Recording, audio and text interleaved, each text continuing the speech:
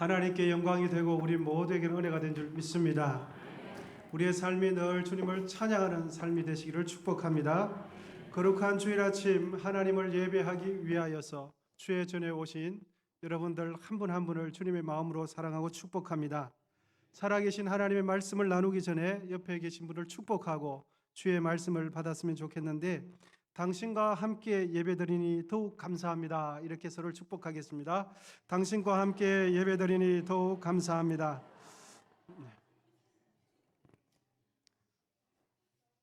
하나님께서는 우리 모두를 사랑하십니다. 믿으십니까? 하나님께서는 또한 이 시간 우리의 예배를 받아주시고 계십니다.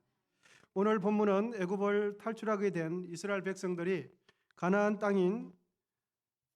땅을 향하여 가는 도중에 광야 생활 여정 중에 있었던 발생한 일입니다. 이스라엘 백성들은 40년 동안 광야 생활을 하였지요. 그런데 그 기간 동안 수많은 일들이 있었습니다. 그런데 가데스 바냐에 오늘 본문 사건이 되는 그 장소에서 발생한 사건만큼 후회되는 일도 없었을 것입니다. 왜냐하면 한 달도 채 걸리지 않는 그 기간 동안 그 일을 무려 40년 동안이나 척박한 광야에서 방황하며 뺑뺑 돌았기 때문이죠. 애굽에서 출애굽하여 이곳 가데스 바냐에까지 오는데 소요되는 시간은 약 13개월 정도 걸렸습니다. 거리가 멀어서 13개월이 걸린 것이 아니라 성막과 관련해서 호렙산에서 하나님의 말씀을 받고 거기서 정착하는 바람에 13개월이 걸린 것입니다. 그곳에 정착할 때는 약 11개월 정도 있었으니까 그렇게 긴 거리가 아니었습니다. 신명기 1장 2절을 보시면 호렙산에서 오늘 본문이 되는 가데스 바냐까지 10하루길이다 이렇게 가데스 바냐에서 약속의 땅이 가나안 땅까지 그럼 남은 거리는 얼마가 될까 계산해 보면 지금 온 거리가 훨씬 더 많이 왔기 때문에 남은 거리가 훨씬 더 가깝습니다. 그래서 애굽에서 여기까지 온 거리, 호렙산에서 여기까지 온 거리가 10하루 걸렸다면 남은 기간은 가나안 땅에 들어가는 것은 10하루 길이 아니어도 충분히 들어갈 수 있다는 것이 됩니다. 그런데 가데스 바냐에서 불필요한 한 사건이 일어나게 되어지는데, 그것은 바로 12명의 정탐꾼을 가나안 땅 정탐을 위해서 보내게 되었고, 정탐 이후에 결과를 보고받는 과정 가운데 정말 엄청난 불평과 원망을 쏟아내는 일이 발생하게 되었습니다.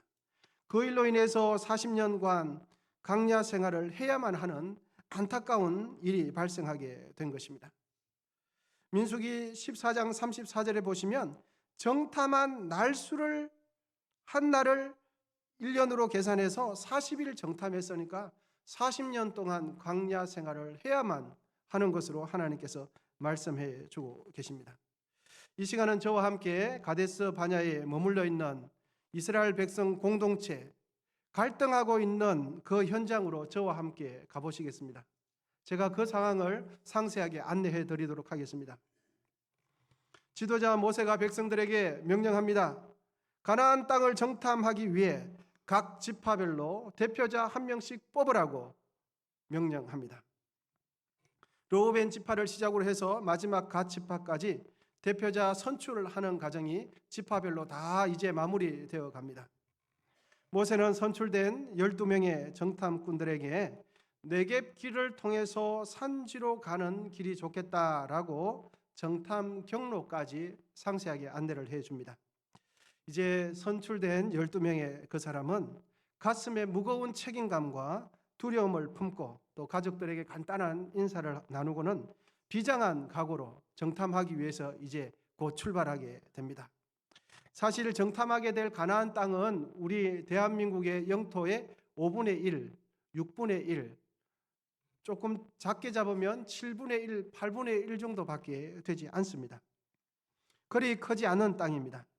40일 정도 12명에서 샅샅이 돌아다니면 빠짐없이 살펴볼 수 있는 그러한 지역입니다.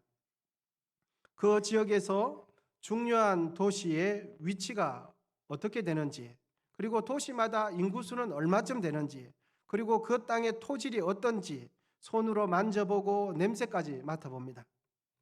전쟁을 위한 군사 시설의 규모와 위치, 군사 장비들은 더욱 눈여겨보고 하나도 빠짐없이 마음에 담아두고 기억에 다 담아둡니다. 정탐꾼들은 가나안 그 땅의 가장 위쪽인 하맛 어기 르홉까지 두 발을 가지고서 직접 찾아가 정탐합니다. 그리고 가장 아래 지역인 신강야까지 직접 살펴봅니다. 가장 북쪽인 하맛 어기 르홉까지 다녀온 이유는 아마 르홉이 지정학적으로 중요한 지역이기에 정탐하는 지역에서 빼놓을 수 없다고 판단했기 때문에 아마 12명의 정탐꾼들은 피곤함에도 불구하고 그 북쪽 끝까지 올라갔던 것으로 보여집니다. 그리고 정탐한 시기는 포도가 처음 익을 점 이렇게 성경에 기록되어 있는 것으로 봐서 우리나라가 지금 우리가 사용하고 있는 태양력으로 보면 9월쯤 될 것입니다. 그러니까 9월쯤에서 12명을 뽑아서 가나안 땅을 40일 동안 샅샅이 살펴보도록 정탐 명령을 내린 것입니다. 12명의 정탐꾼들은 복귀할 때에 모세가 당부한 그 땅의 실과를 찾아 챙겨오는 것도 잊지 않았습니다. 에스겔 골짜기쯤 다다랐을 때 이제 복귀할 쯤이 얼마 안 남았을 때에 석류와 무화과 열매 그리고 포도송이까지 증거물로 다 챙겨옵니다. 그런데 그 땅이 얼마나 비옥한지 포도송이가 달린 가지를 한 사람이 들고 오는 게 불편해서 긴 막대기에 껴서 두 사람 어깨에 메고 오는 것입니다. 여러분, 이 정도 되면 그 땅의 토질이 어떤지 감이 가시지요? 굉장히 비옥한 땅이었습니다. 가데스 바네로 무사히 복귀한 이 두 명의 정탐꾼들은 이제 지도자 모세와 아론과 이스라엘 온 회중 앞에서 보고를 하게 되어집니다. 수집된 가나안 땅에 대한 많은 정보들을 다 보고를 합니다. 그 보고 내용을 딱 요약하면 두 가지가 되는데, 첫째로는 가나안 땅은 심히 비옥한 땅입니다. 이거와 또 하나는 그곳 땅은 사방의 민족으로 에워싸인 땅입니다. 이 두 가지가 많은 정보들을 요약하면 그렇게 됩니다. 심히 비옥하기는 하지만 사면이 이방 민족으로 둘러싸인 땅이 하나님께서 조상 대대로 약속한 땅이 바로 그 땅입니다. 정탐꾼들의 보고는 사실 그대로였습니다. 그 땅은 매우 비옥했고요. 그 땅을 중심으로 사방팔방이 가나안 7족속, 블레셋, 바다 다 둘러싸여 있는 땅입니다. 하나님께서 그 땅을 주겠다고 약속하신 것입니다. 그런데 여러분, 참 이상한 현상이 나타납니다. 그것은 바로 가나안 땅에 대한 결론이 마치 기차의 선로처럼 두 가지로 딱 나누어지는 것입니다. 하나는 가나안 거민을 이길 수 있다는 견해, 그 땅을 정복하자는 견해와 또 하나는 가나안 거민을 절대 이길 수 없다. 우리는 그 땅에 절대 들어갈 수 없다. 이 의견이 딱 나누어지는 것입니다. 그런데 여러분, 어느 쪽이 다수를 차지할 것 같습니까? 우리가 생각하기에는 가나안 거민을 이길 수 있다. 하나님께서 약속하셨으니까 정복하자라는 이 의견이 다수일 것 같지만 이 의견은 지극히 소수에 지나지 않고 절대 다수의 사람들은 결코 가나안 땅을 이길 수 없다. 이 의견이 대세입니다. 절대 다수를 이루고 있는 것입니다. 다수결 원칙으로 결정한다면 가나안 땅을 정복하자, 하나님 약속대로 순종하자가 2명입니다. 가나안 땅은 절대 들어갈 수 없다. 우리는 무조건 패배한다. 이 표가 10표입니다. 10대 2입니다. 다수결의 의견은 소수의 의견을 묵살하고 무시하는 것은 쉽습니다. 다수결 원칙에 의하면 소수의 의견은 묵살하는 게 굉장히 쉬운 논리죠. 다수결의 원칙으로 결정한다면 하나님께서 약속하신 그 약속의 땅은 차지할 수 없는 것이 그 의견이 이스라엘 백성 전체의 가슴 속에 점점 진리로 인식되어 가고 있는 순간이었습니다. 가데스 바네아에 있는 사람들은 이 두 가지 중에 어느 한쪽을 선택해야만 하는 순간이 이제는 다가왔습니다. 여러분, 이스라엘 백성들은 어느 쪽을 선택해야 하겠습니까? 만약 그 선택권이 이 자리에 계시는 우리 교우님들에게 주어졌다면 여러분들께서는 어느 쪽을 선택하셨을 것 같습니까? 아니면 지금 선택하라고 한다면 어느 쪽을 선택하시겠습니까? 소수의 의견인 가나안 땅을 정복할 수 있다. 아니면 절대 다수의 의견인 우리는 그 땅을 결코 정복할 수 없다. 이 중에서 어느 걸 선택하시겠습니까? 대세는, 여론은, 절대 다수의 사람들은 가나안 땅 침략하는 순간 100% 패배다. 이것이 절대 다수의 여론이고 의견입니다. 여러분들께서는 그 상황 가운데 어느 걸 선택하시겠습니까? 소수의 견해 여호수아와 갈렙은 우리가 이길 수 있다. 우리가 그 땅을 취하자고 땀을 흘리면서 최선을 다해서 설득해보지만 먹히지 않습니다. 사람들에게 찾아가서 이것이 하나님의 뜻이지 않냐? 여기까지 오는 거 하나님 인도하시지 않냐? 계속해서 설득해보는데 마치 계란으로 바위를 치듯이 설득하면 설득할수록 절대 다수의 사람들이 한꺼번에 소리치면서 가나안 땅에 왜 들어갈 수 없는지, 우리가 왜 가나안 땅을 차지할 수 없는지 나름의 타당한 이유를 조목조목 제시하기 시작합니다. 첫째, 그들은 우리보다 강해서 우리는 그들을 이길 수 없다. 둘째, 가나안 땅은 지형 자체가 사방으로 다른 민족에 쌓여 있기 때문에 거민을 삼키는 땅이다. 셋째, 그들의 신장은 매우 장대하기 때문에 우리는 신체적으로 열등하다. 넷째, 그들은 네피림 후손, 거인들의 후손이기 때문에 우리는 패배할 수밖에 없다. 마지막 다섯 번째, 그들과 우리를 객관적으로 비교했을 때 우리는 메뚜기에 불과한 존재이기 때문에 패배할 수밖에 없다.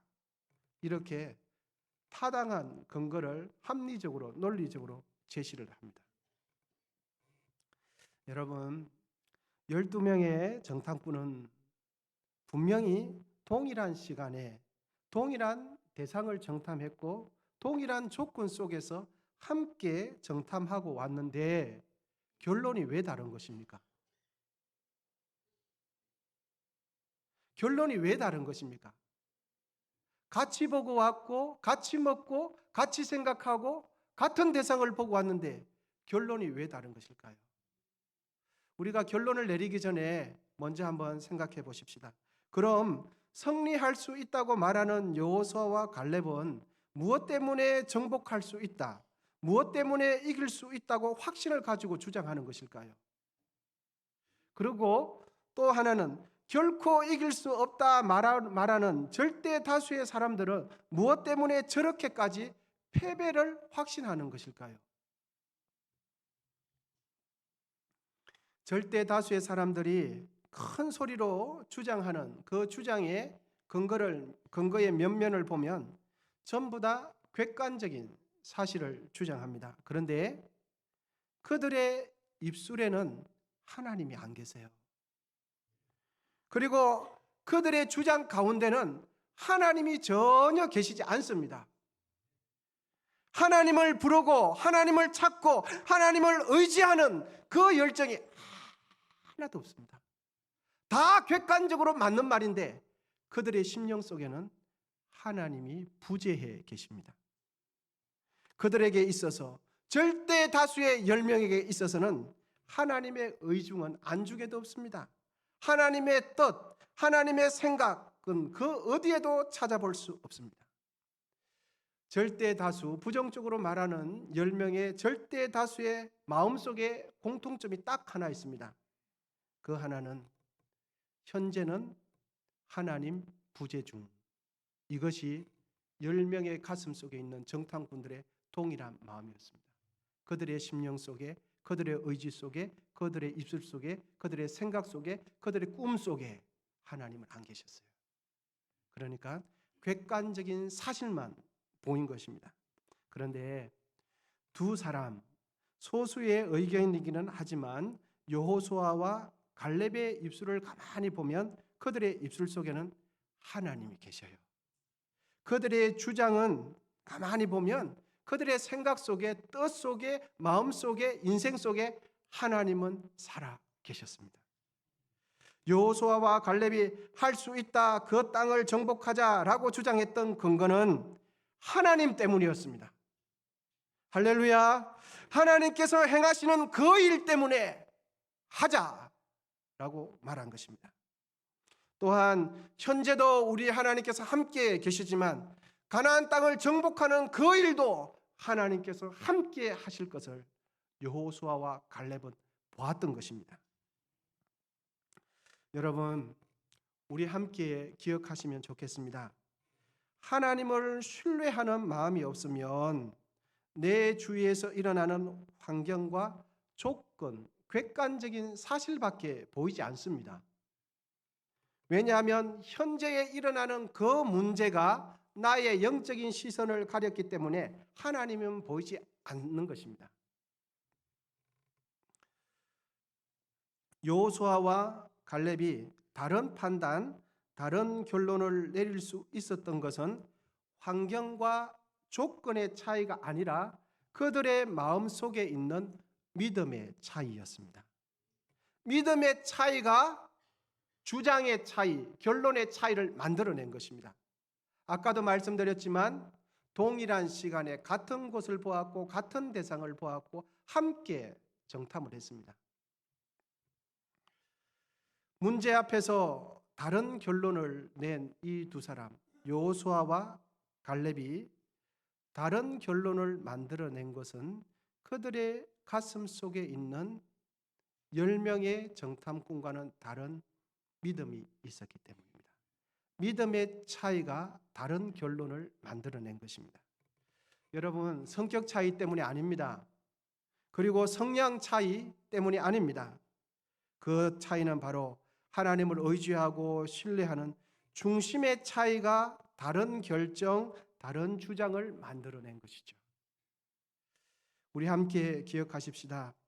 문제 속에서 하나님을 볼 수 있는 믿음의 눈이 없으면 우리는 나에게 벌어지고 있는 현재의 상황과 조건을 따지면서 이해 타산밖에 할 수 없습니다.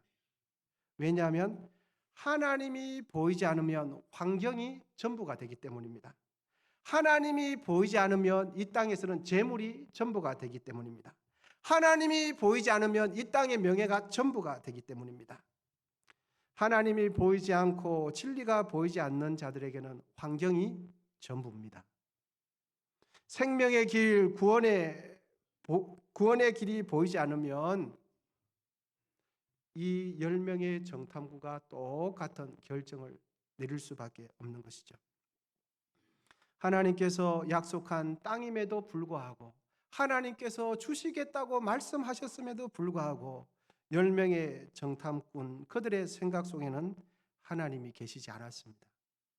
그러나 소수의 의견 여호수아와 갈렙은 자신들과 함께 계시는 하나님을 뚜렷하게 보고 있었던 것이죠. 여호수아와 갈렙은 하나님의 뜻을 보았고 하나님의 계획을 생각했고 하나님의 인도하심과 하나님의 이끄심을 신뢰하고 있었던 것이죠.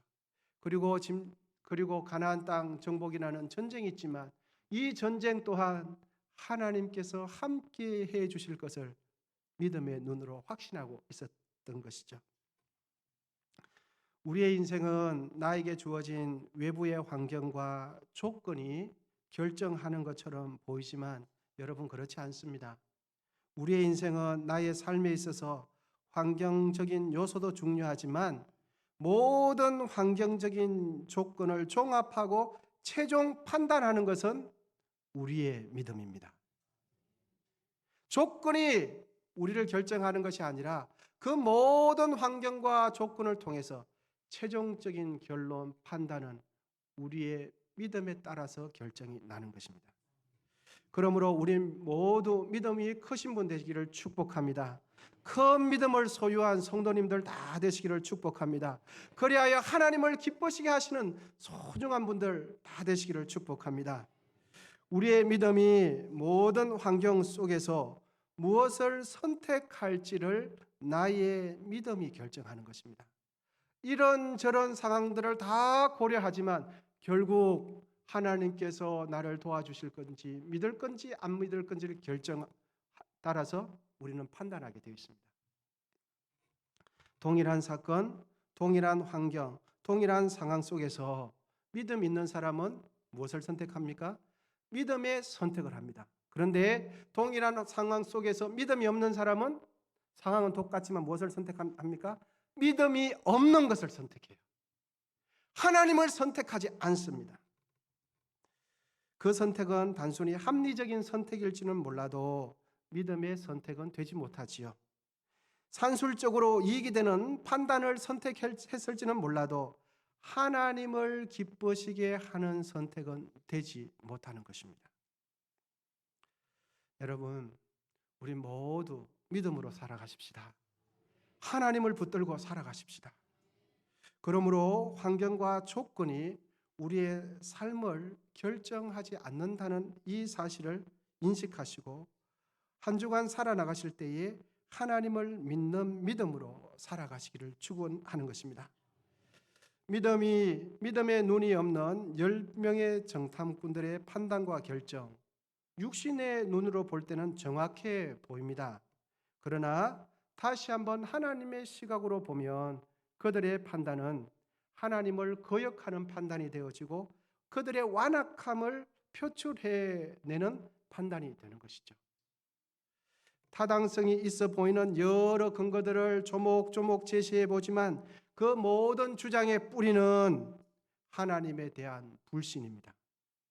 다 맞는 것 같지만 그 주장의 뿌리는 하나님에 대한 신뢰가 없는 것입니다. 우리와 함께 계시는 하나님이 보이지 않는 것입니다. 육신의 눈은 환하지만 영적인 눈은 한치 앞도 볼 수 없는 그 사람이 10명의 정탐꾼들의 보고였고 그들의 입술이었고 그들의 주장의 근거였습니다. 여러분, 가데스 바네아에서 조금만 가면은 가나안 땅입니다. 왜 믿음으로 갑시다. 아멘 하고 가시면 되는데 왜 그렇게 하지 않았겠습니까? 믿음이 있는 사람과 믿음이 없는 사람 대화를 해보면 보통 소통이 잘 되지 않습니다. 믿음이 있는 분과 믿음이 없는 사이는 인간적인 대화는 되지만 믿음으로 결정해야 될 상황 가운데서는 대화가 되지 않아요. 그런 상황 속에서 대부분 믿음이 있는 사람이 믿음이 없는 분에게 무시를 당하는 게 보통의 일입니다. 왜냐하면 믿음이 있는 분은 믿음이 없는 분을 무시하지 않아요. 왜냐하면 하나님 때문에 긍휼히 여기시는 거예요. 그런데 믿음이 없는 분은 환경이 전부이기 때문에 하나님이 보이지 않기 때문에 그 믿음 있는 분을 멸시를 하게 되어져요. 그래서 이 땅을 믿음 있는 사람들이 살아갈 때에 대부분 이 세상 속에서 멸시를 받는 거거든요. 무시를 당하는 것입니다. 또한 오늘 본문을 통해서 우리가 확인할 수 있는 것은 믿음은 여러분, 믿음은 긍정도 아니고 부정도 아닙니다. 믿음은 하나님께서 말씀하신 그것을 믿고 신뢰하는 것이 우리의 믿음입니다. 하나님께서는 때로는 우리에게 심판을 경고하시고 또 회개할 것을 돌이키시기도 하시죠. 그런데 그 상황 가운데 돌이켜 회개해야 될 상황 가운데 평안과 안전을 확신하는 것은 믿음이 아니듯이 우리의 믿음은 긍정이냐 부정이냐로 기준이 되지 않고 하나님 말씀대로 하느냐 안 하느냐가 우리의 믿음이 되는 것입니다. 하나님께서 좌를 말씀하시면 우리의 믿음은 좌를 선택해야 되고 하나님께서 우를 말씀하시면 우리는 우를 선택하는 것이 믿음입니다. 하나님께서는 부정을 선택하시는데 우리는 긍정을 선택하는 것은 긍정적인 것 같지만 무엇입니까? 믿음이 없는 거예요. 하나님은 긍정을 선택하시는데 나는 부정을 선택하시면 하는 것 같지만 그렇게 믿음은 판단되는 것이 아니죠. 또한 오늘 본문을 통해서 우리가 확인되는 것은 우리의 믿음은 다수결의 원칙에 의해서 결정되는 것이 아닙니다. 다수의 견해라고 해서 항상 옳은 것이 아니에요. 진짜 옳은 것은 하나님을 선택하는 것이 옳은 것입니다. 아멘이십니까? 하나님께서 말씀하시는 그것을 선택하는 것이 진리인 것이죠. 그래서 다수결의 원칙에 의하면 10대 2 완벽한 패배입니다. 그럼에도 불구하고 이 두 사람이 승리했습니다. 왜? 그분들이 선택한 그 선택이 하나님께서 지금 가데스 바냐에 있는 이스라엘 백성들에게 말씀하시는 하나님의 뜻이었기 때문입니다. 여러분, 환경과 조건이 이 땅의 현실에 있어서 우리의 삶의 중심이 되지 않도록 하시기를 바랍니다. 나를 둘러싼 환경과 조건, 모든 상황을 고려하되 판단과 결정은 하나님을 신뢰하는 믿음을 따라서 판단하시고 최종 결정하시는 복된 결정하시기를 축복합니다. 여호수아와 갈렙이 다른 정탐군들과 똑같이 동일한 조건, 동일한 환경을 보았음에도 불구하고 판단과 주장이 달랐던 이유는 그들 마음속에는 하나님이 살아 계셨기 때문입니다. 우리의 믿음은 내가 처한 환경과 조건에 제한당하지 않고 그것을 하나님 때문에 뛰어넘으시기를 축복합니다. 믿음은 현실을 부정하는 것이 아닙니다. 믿음은 현실 속에서 하나님의 계획과 의도를 바라보고 선택하는 것이 믿음입니다. 여러분, 현실 속에서 현실을 부정하지 마시기를 바랍니다. 현실 속에서 하나님을 선택하십시오. 현실 속에서 주의 뜻을 결정하십시오. 그것이 믿음입니다. 그러므로 믿음은 내 관점이 아니라 하나님 관점으로 생각하고 하나님 관점으로 선택하고 하나님 관점으로 인생을 살아가는 것이 믿음의 삶입니다. 우리 모두 삶의 환경과 조건을 넘어 하나님을 의지하십시다. 그리고 여호수아와 갈렙 같은 믿음으로 우리의 삶 속에서 하나님의 뜻을 이루어서 하나님을 영화롭게 하는 우리 모두 되시기를 예수님의 이름으로 축원합니다. 아멘. 기도하겠습니다. 하나님 아버지, 오늘 우리에게 주신 말씀처럼 환경과 조건에 우리의 인생을 내어 맡기지 말게 하시고 여호수아와 갈렙처럼 어떠한 상황 속에서 하나님을 찾고 하나님을 의지할 뿐만 아니라 주 뜻을 성취하는데 우리 모두를 선한 도구로 사용해 주옵소서. 그리하여 복된 인생, 참으로 하나님께서 기뻐하는 삶을 살아갈 수 있도록 도와주시옵소서. 예수님의 이름으로 기원하옵나이다. 아멘.